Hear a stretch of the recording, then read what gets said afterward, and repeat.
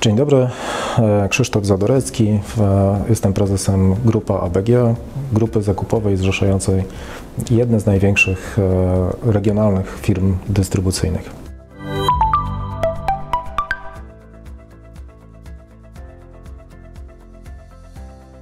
Program Czyste Powietrze funkcjonuje już od dosyć długiego czasu, od co najmniej kilku lat. Zostały na niego przeznaczone dosyć duże kwoty.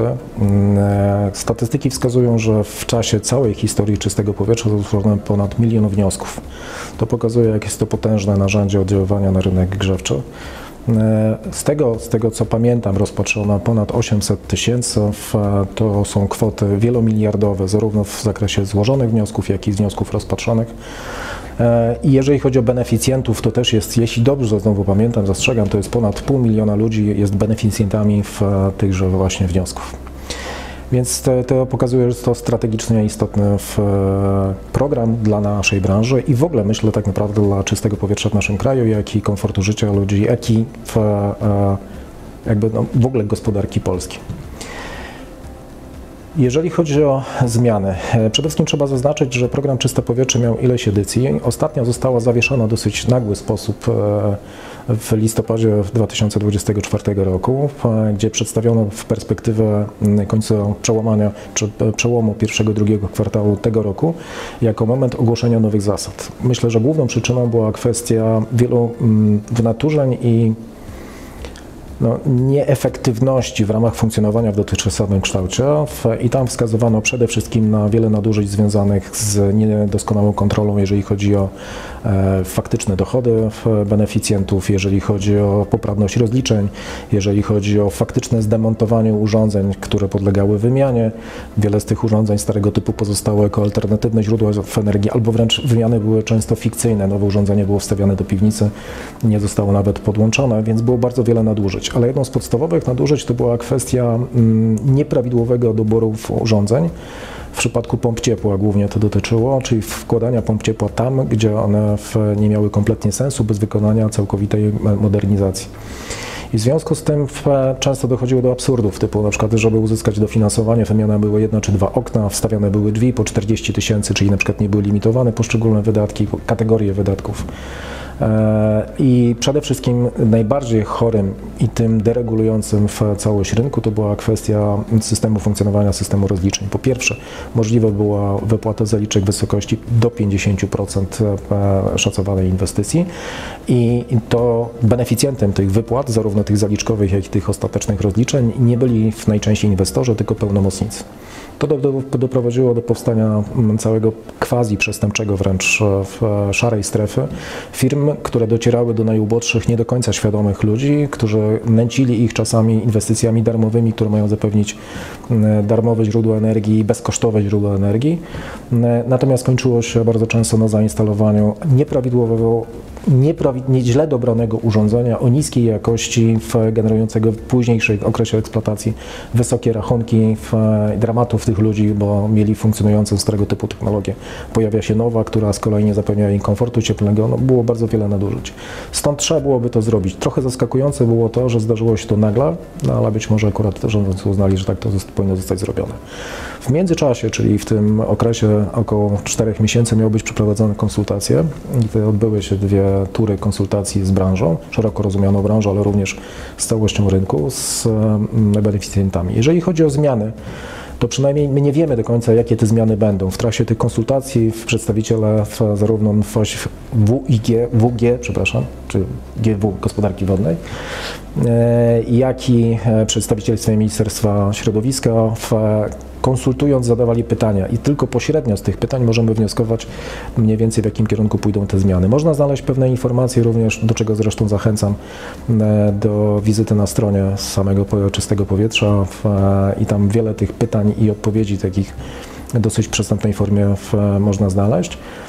Po pierwsze chodzi o ukrócenie tych patologii, czyli wprowadzenie limitów na poszczególne grupy produktowe, które biorą udział w termomodernizacji. To jest również kwestia tego, żeby beneficjentem był bezpośrednio inwestor, a nie ktoś na bazie pośrednictwa. To była kwestia również tego, że żeby nie było takich chorych sytuacji nieprawidłowych jak wymiana 2 okien tylko w całym domu albo jednego okna wręcz. Musi być uzyskany efekt energetyczny w postaci 120 kWh na metr kwadratowy na podstawie, i to jest też dosyć istotne, nie często wykonywanych bardzo schematycznie i wręcz nawet nie widząc do końca inwestycji audytów energetycznych, tylko na podstawie świadectwa energetycznego, tak zwanego paszportu energetycznego.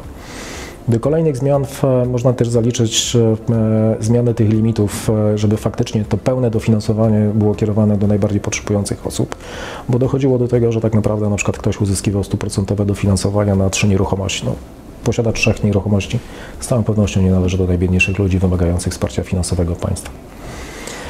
I to są chyba podstawowe zmiany. Oczywiście jedna rzecz jeszcze jest w tej chwili też widoczna, to się też ujawniło trochę w czasie wykonywania kontroli tych wcześniej rozliczonych wniosków, że tych nieprawidłowości było więcej, więc to wymagało naprawy.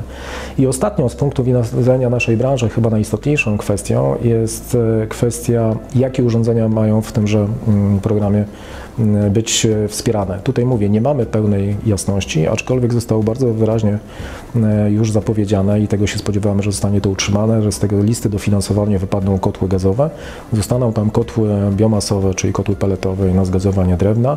Prawdopodobnie wypadną jako urządzenia korzystające z paliw kopalnych również kotły węglowe. Zostaną utrzymane pompy ciepła, zarówno w te powietrze-woda, jak i w pompy gruntowe.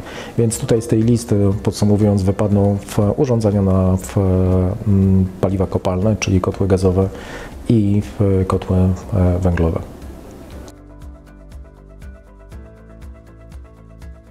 Dotychczas tym wsparciem były objęte kotły na biomasę pod warunkiem, że miały klasę A+, były objęte kotły węglowe pod warunkiem, że miały klasę energetyczną co najmniej B i klasę emisyjności eco-design, były objęte kotły gazowe, były objęte również pompy powietrze-woda pod warunkiem tego, że miały klasę energetyczną co najmniej A+, i pompy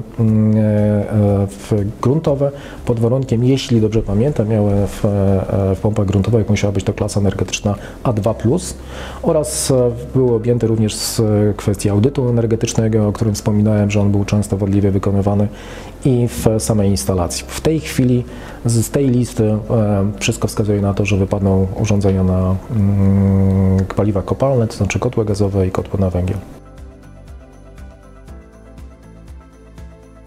Tak jak wspominałem, sądzę, że tutaj musimy odrębnie analizować rynek wtórny, rynek pierwotny. Sądzę, że jeżeli chodzi o rynek pierwotny, tam akurat nie ma tego źródeł dofinansowania, tam jest kwestia decyzja inwestycyjna, bo tutaj w przypadku źródeł wsparcia jak czyste powietrze mówimy o wymianie tradycyjnych, nieefektywnych i wysokoemisyjnych źródeł ciepła na te nowoczesne, niskoemisyjne i ekologiczne.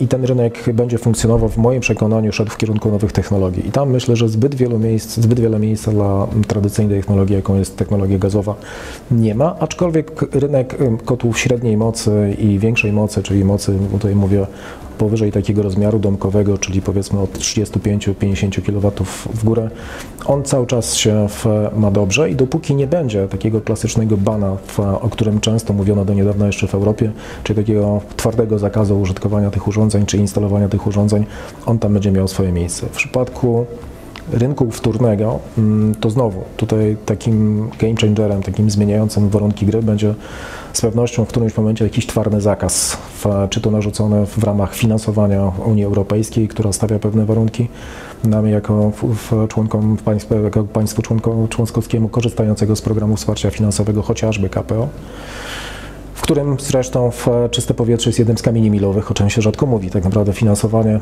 czystego powietrza odbywa się w ramach 2 funduszy, czy jednego KPO, drugiego Feniksa. Oba to są fundusze europejskie, które w zasadzie finansują ten program prawie że w 100%.